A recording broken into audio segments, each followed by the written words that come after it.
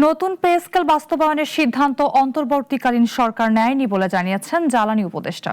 সচিবালয়ে অর্থনৈতিক বিষয় এবং সরকার ক্রয় সংক্রান্ত কমিটির বৈঠক শেষে এসব কথা বলেন তিনি। মঙ্গলবার সচিবালয়ে অর্থনৈতিক বিষয় সংক্রান্ত উপদেষ্টা পরিষদ কমিটির সভা এবং সরকারি ক্রয় সংক্রান্ত উপদেষ্টা পরিষদ কমিটির সভা অনুষ্ঠিত হয়। অর্থ উপদেষ্টা অসুস্থ থাকায় সভা শেষে কথা বলেন বিদ্যুৎ ও জ্বালানি উপদেষ্টা।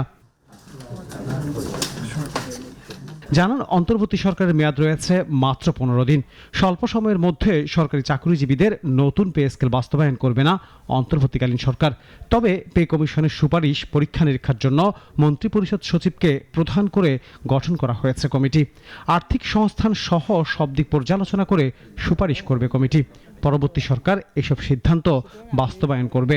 অন্তর্বর্তী সরকার যেহেতু আর মাত্র 15 দিন আছে, এখন আমরা এই ব্যাপারে কোনো পদক্ষেপ গ্রহণ মন্ত্রিপরিষদ সচিবের নেতৃত্বে তাদের সুপারিশ পরীক্ষা করার জন্য একটা কমিটি করে। পরবর্তী সরকার তো is free to do anything.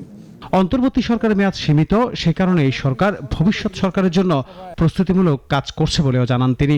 যে আমরা তো একটা লিমিটেড টাইমের গভর্নমেন্ট সরকার, তো ওই জন্য আমরা কিন্তু এখন অনেক কাজ করতেছি যাতে আগামী সরকার উপকৃত হয়। জিনিসপত্রের দাম বৃদ্ধির সঙ্গে পে কমিশনের কোনো সম্পর্ক নেই বলেও দাবি করেন বিদ্যুৎ উপদেষ্টা। কোনো বাড়তি দুশ্চিন্তা আছে কিনা নির্বাচন সামনে? আনোয়ার হোসেন, নাগরিক, ঢাকা। কার্ড রয়েছে, স্ক্যান